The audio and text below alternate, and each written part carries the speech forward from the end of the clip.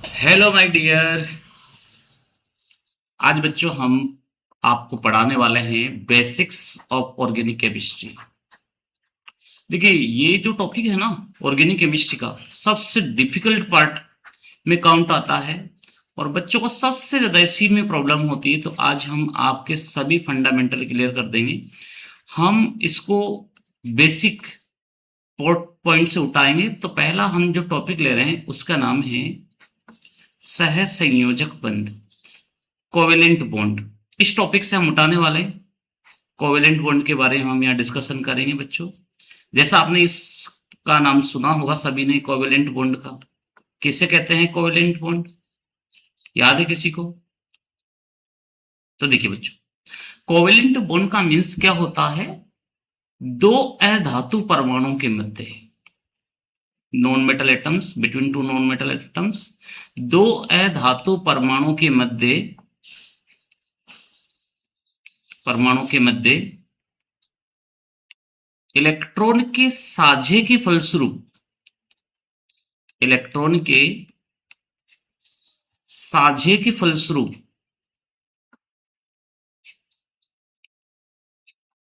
बनने वाले बंध को, बनने वाले बंध को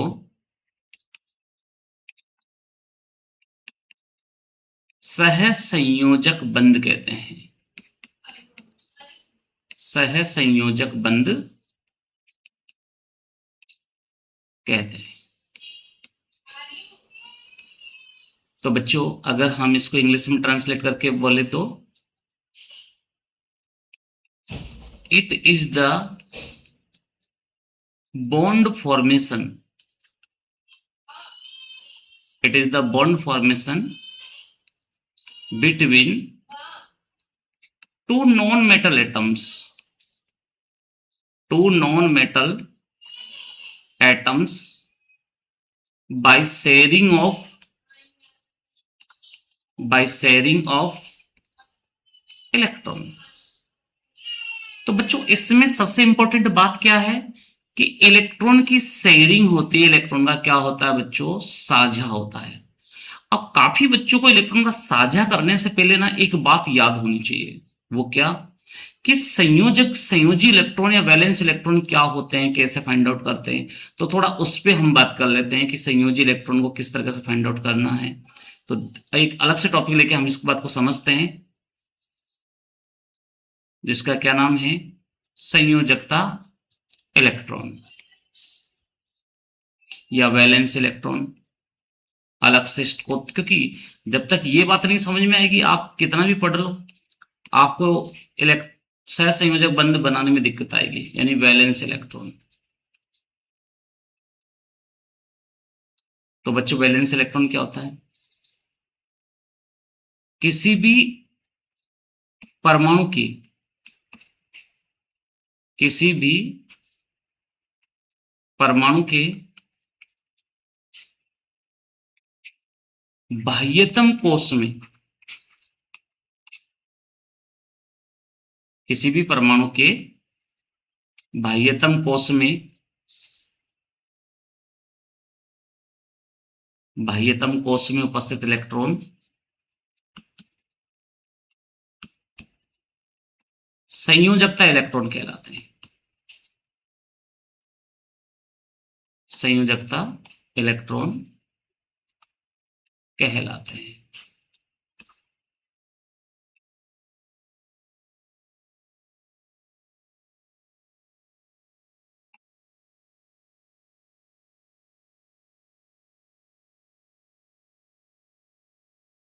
okay, means outer most shell electron,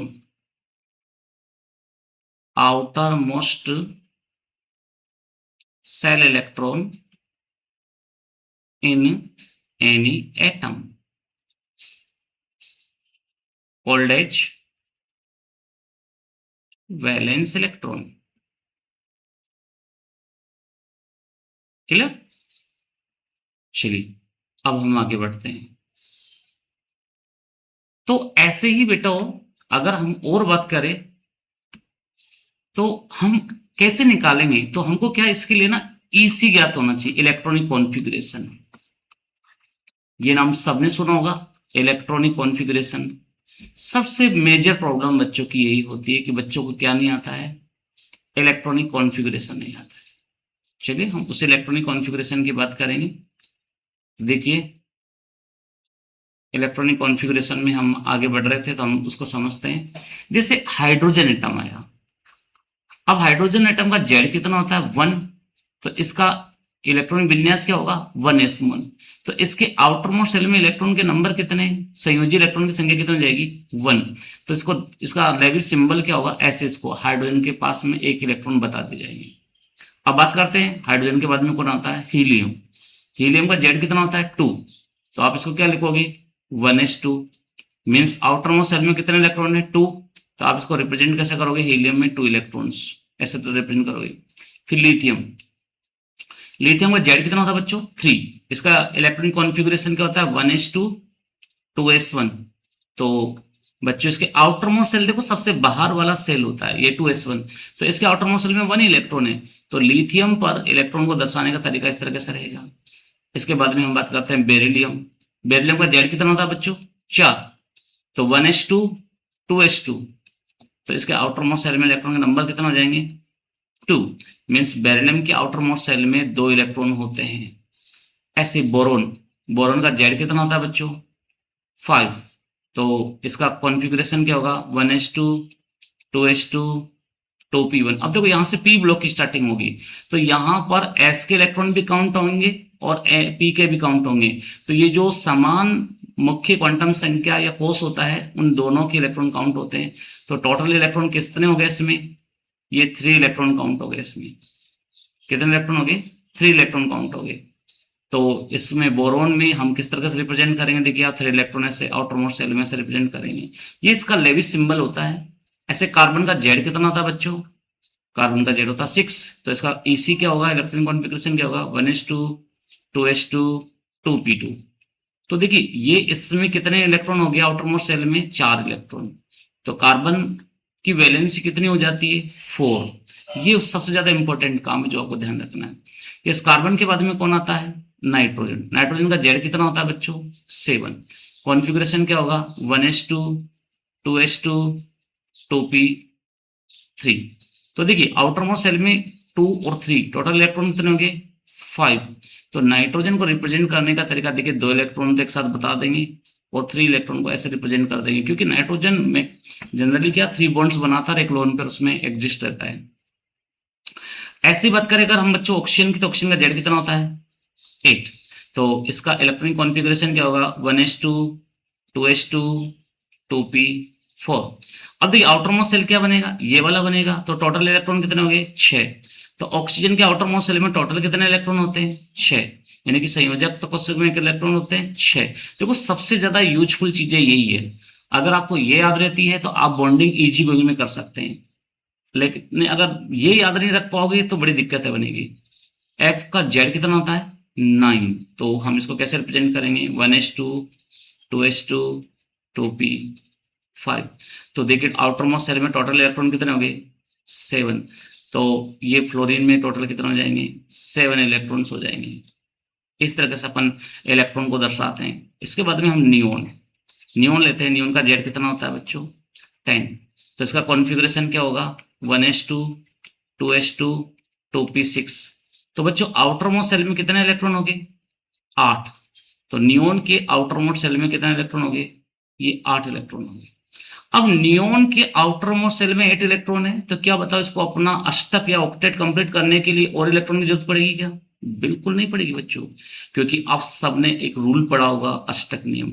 सभी तत्व बंध क्यों बनाते हैं, इलेक्ट्रॉन की शेयरिंग क्यों करते हैं, इलेक्ट्रॉन को ट्रांसफर क्यों करते हैं, साझा क्यों करते हैं, स्थानांतरण क्यों करते हैं, सब क्या चाहते हैं अपने बाह्यतम कोश में 8 इलेक्ट्रॉन प्राप्त करना चाहते हैं, जिससे उनका कॉन्फ़िगरेशन किसके समान हो जाए, उत्कृष्ट गैस जो पहले अक्रिय गैस के नाम होती थी। उत्कृष्ट गैस कौन कौन सी होती है, helium, neon, organ, krypton, xenon, radon और नई एक और आई है ओगानेसोन। तो इन सब गैसों के बारे में हम जानते हैं कि सभी तत्व इनके समान विन्यास धारण करना चाहते हैं। अगर आपको ये याद है तो आप थोड़ा सा पीरियोडिक टेबल पे चलिए, याद करिए पीरियोडिक टेबल पे क्या होता था। याद है आपको पीरियोडिक टेबल पे क्या होता था? पीरियोडिक टेबल में हम जनरली ये समझते थे कि आगे हम चीजों को और कैसे बढ़ाएं, मतलब जैसे हमने 10 तक तत्वों के तक तो हमको याद हो गए, अब अगर 10 से ज्यादा याद करने हो तो फिर कैसे याद करेंगे?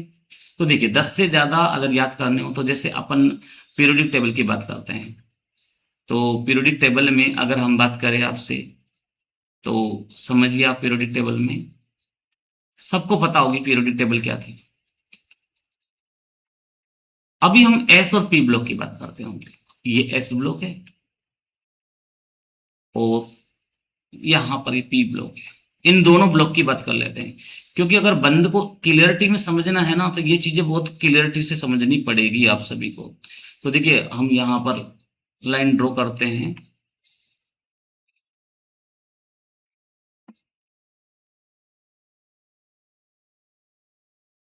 अब देखिए एस ब्लॉक में दो वर्ग होते हैं, फर्स्ट ए और सेकंड ए।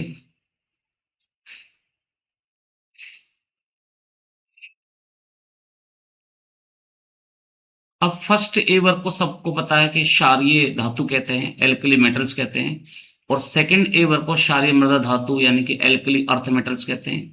अब आपको पता है कि ये फर्स्ट पीरियड है, तो फर्स्ट पीरियड में हाइड्रोजन आता है, सेकंड पीरियड में लिथियम आता है, फिर सोडियम आता है, फिर पोटेशियम आता है, फिर रुबिडियम आता है, फिर सीजियम आता है, फिर फ्रांसियम आता है। अब अपन ने जनरली ये देखी कि हाइड्रोजन की वैलेंसी कितनी थी? एक थी। तो हमें जब हाइड्रोजन की वैलेंसी पता चल गई तो हमें इसका एक बेनिफिट हुआ कि लिथियम की वैलेंसी भी 1 है, सोडियम की वैलेंसी भी 1 है, पोटेशियम की वैलेंसी भी 1 है, रुबिडियम की वैलेंसी भी 1 है, सीजियम की वैलेंसी भी 1 है और फ्रांसियम की वैलेंसी 1 है। तो हमारे सामने ये चीज क्लियर हो गई ना कि हमको एक एलिमेंट्स की हमने नॉलेज ली तो हमें पूरे ग्रुप की नॉलेज होगी। यानी कि अगर हम फर्स्ट ए की वैलेंसी जाने, संयोजकता जाने, तो ओनली संयोजकता इसकी क्या होती है? 1।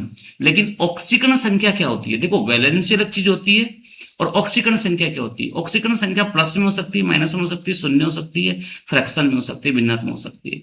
जैसे हाइड्रोजन एक्सेप्शनली +- 1 दर्शाता है, बल्कि lithium 1, sodium 1, potassium 1, rubidium 1, caesium 1 और फ्रांसियम 1, ये 1 का मतलब यहाँ +1 है। लेकिन जब हम सेकेंड डे की बात करें तो देखिए सेकेंड डे में कौन कौन आता है? बेरिलियम है, मैग्नीशियम है, कैल्शियम है, स्ट्रोंशियम है, बेरियम है, रेडियम है। इन एलिमेंट के बारे में बात होती है। तो इन सब की वैलेंसी क्या होगी? 2 होगी, क्योंकि इनके बाह्यतम कोश में, आउटर मोस्ट शेल में 2 इलेक्ट्रॉन्स होते हैं, यानी कि वैलेंस इलेक्ट्रॉन 2। तो सबकी वैलेंसी कितनी हो जाएगी? यहाँ पर 2 2 हो जाएगी, सबकी वैलेंसी सेम रहेगी। लेकिन ऑक्सीडेशन नंबर सबका क्या रहेगा? ये जो 2 लिखा है ना, इसका मतलब यहाँ पर क्या है बच्चों? +2 है। आया क्लियर समझ में?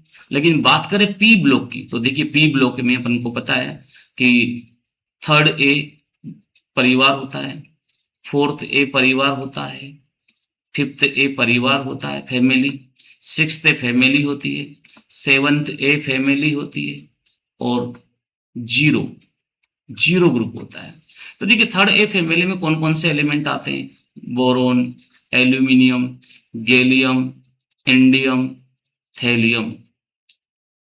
ऐसे ही carbon, silicon, germanium, tin, lead. ऐसे ही नाइट्रोजन, फास्फोरस, आर्सेनिक, एंटीमनी और बिस्मिथ। ऐसे oxygen, sulphur, selenium, tellurium, polonium. ऐसे fluorine, chlorine, bromine, iodine, astatine. ऐसे जीरो वर्ग में सबसे पहले ऊपर ऊपर क्या आती है? हीलियम, फिर नियोन, फिर आर्गन, फिर क्रिप्टॉन, फिर जीनॉन, फिर रेडोन। अब देखिए नए एलिमेंट्स की डिस्कवरी और हुई है। तो जैसे हम अब बात करें थर्ड ग्रुप में, तो नया एलिमेंट क्या हुआ? जैसे इसको ट्रिक के थ्रू हम लर्न करवाते हैं, बैंगन, आलू, गाजर इन थैला नहीं, मतलब निहो नियम। काजोल सी गेली संग प्रभु देवा फालतू, यानी फ्लोरियम। नानी पापा अम्मी सब बीमार, मौसी मतलब मॉस्कोवियम, ओल्ड स्टाइल से टीपो लव लिवर मोवियम, फिर कल बाहर आएगी आंटी तुलसी यानी टेनेसिव, और हीरे नीलम और कोहिनूर जैसे रत्न ओगानेसोन ओजी। अब देखिए अगर इनकी वैलेंसी की बात करें तो थर्ड ए ग्रुप की वैलेंसी 3 होती है, फोर्थ ए की 4 होती है, लेकिन फिफ्थ ए की वापस से थर्ड हो जाएगी क्योंकि इसके आउटर मोस्ट शेल में 5 इलेक्ट्रॉन होते हैं। तो इसकी वैलेंसी कैसे निकालते हैं, इसके बाह्यतम कोश में 5 इलेक्ट्रॉन होते हैं, तो हम 5 में क्या करेंगे, 8 में से 5 को घटा देंगे तो कितनी वैलेंसी आ जाएगी इसकी, 3। ऐसे ही इस ऑक्सीजन परिवार की वैलेंसी, इसके बाह्यतम कोश में 6 इलेक्ट्रॉन होते हैं, तो 8 में से 6 घटाएंगे तो कितनी आ जाएगी, 2। ऐसे ही हेलोजन परिवार में क्या होता है, 7 मिलते हैं बाह्यतम कोश में, तो 8 में से 7 घटाएंगे तो 1। और देखिए 0 वर्ग की हमको वैलेंसी याद भी नहीं रखनी है। क्यों नहीं रखनी है, क्योंकि ये तो इसके पूरा अष्टक पूर्ण होता है, ना तो किसी को इलेक्ट्रॉन देते हैं ना किसी से इलेक्ट्रॉन लेते हैं। तो मुझे लगता है काफी हद तक इसमें आपको एक वर्ड कंप्लीट हुआ होगा, संयोजकता इलेक्ट्रॉन, क्योंकि इसकी अभी हम सहसंयोजक बंध बनाएंगे ना, उसमें बहुत जरूरत पड़ने वाली बच्चों। तो संयोजकता बंध को समझने के लिए हमें या क्या चाहिए, हमको संयोजी इलेक्ट्रॉन चाहिए थे, और संयोजी इलेक्ट्रॉन हमने दे दिए। अब हम बनाएंगे, एग्जाम्पल से समझेंगे कि ये बंध बनते कैसे। जैसे एग्जाम्पल से बात करें, हम बात करते हैं सबसे पहले H2 अणु की। अब देखिए जैसा आप सबको पता है कि H2 अणु में क्या है, H2 अणु में क्या है, 2 हाइड्रोजन परमाणु। अब देखिए 2 हाइड्रोजन परमाणु कैसे, एक हाइड्रोजन परमाणु में 1 इलेक्ट्रॉन है और दूसरे हाइड्रोजन परमाणु में भी 1 इलेक्ट्रॉन है, तो दोनों में 1-1 इलेक्ट्रॉन है, तो ये क्या करेंगे, 1-1 इलेक्ट्रॉन का साझा करेंगे, शेयरिंग करेंगे। तो देखिए ये 1 इलेक्ट्रॉन का साझा जैसे करते हैं तो इस हाइड्रोजन का विन्यास निकटवर्ती अक्रिय गैस, तो नियरेस्ट जो नोबल गैस है वो कौन सी, हीलियम है, तो ये हीलियम के समान विन्यास धारण कर लेगी। तो दूसरी हाइड्रोजन भी बच्चों इसी तरीके से दूसरे इलेक्ट्रॉन के साथ साझा करेगी हाइड्रोजन के, तो इस तरीके से हाइड्रोजन हाइड्रोजन के बीच में कौन सा बॉन्ड बन जाएगा, सिंगल बॉन्ड। और देखिए जो एकल बॉन्ड बनता है इसको बोलते हैं बॉन्ड पेयर, बीपी। क्या बोलेंगे, बीपी, बॉन्ड पेयर। अच्छा इसका हिंदी नाम क्या होता है, साझित इलेक्ट्रॉन युग्म। क्या बोलेंगे इसको, साझित इलेक्ट्रॉन युग्म, शेयर्ड इलेक्ट्रॉन पेयर। क्या बोलेंगे इसको, शेयर्ड इलेक्ट्रॉन पेयर। अच्छा यही एग्जांपल अगर हम Cl2 में लेते हैं, Cl2 अणु में लेते हैं, तो देखिए Cl2 अणु में किस तरह की कंडीशंस बनती यहां पर उसको समझते हैं। तो देखो Cl2 में अगर बात करें तो अभी जस्ट अपन ने बात की थी कि फ्लोरीन के जस्ट नीचे क्लोरीन आता है, तो इसके बाह्यतम कोश में आउटर मोस्ट शेल में कितने इलेक्ट्रॉन मिलेंगे बच्चों, टोटल 7 इलेक्ट्रॉन मिलेंगे। तो देखिए दोनों क्लोरीन परमाणु में 7 इलेक्ट्रॉन मिलेंगे ना।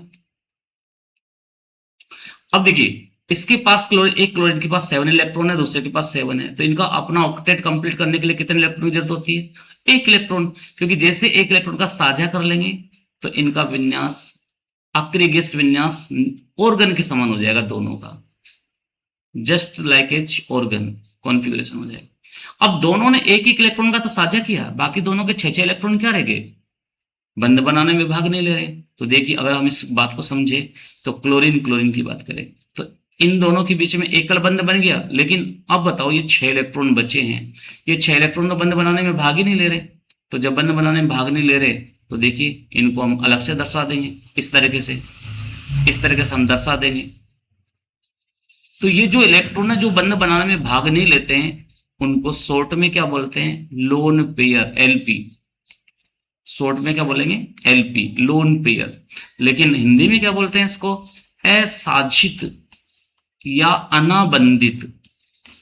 असाझित इलेक्ट्रॉन युग्म मतलब unshared electron pair, unshared electron pair.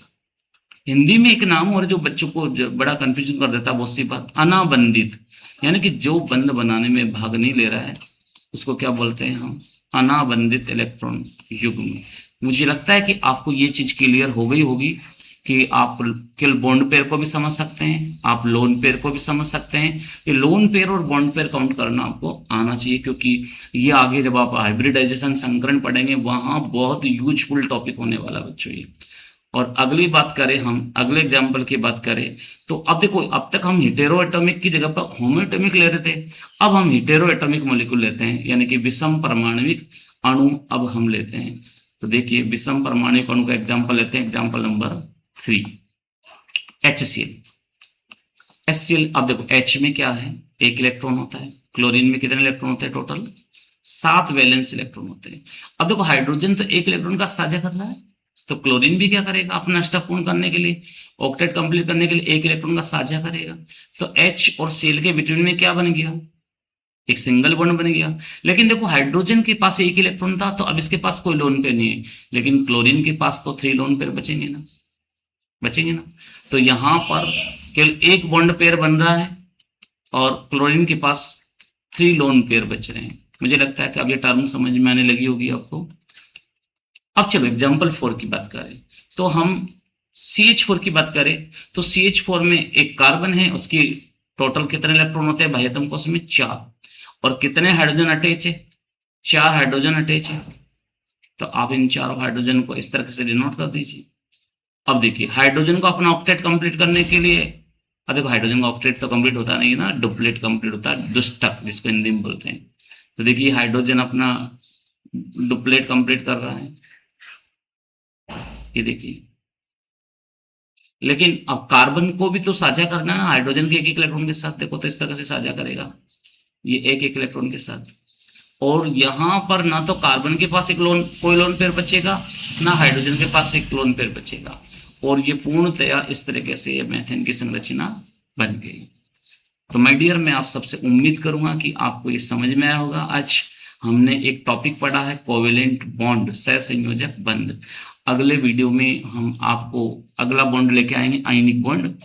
इसके लिए देखते रहिए आप हमारा यूट्यूब चैनल, और आज से हमारा यूट्यूब चैनल का नाम है magic channel, magic YouTube channel.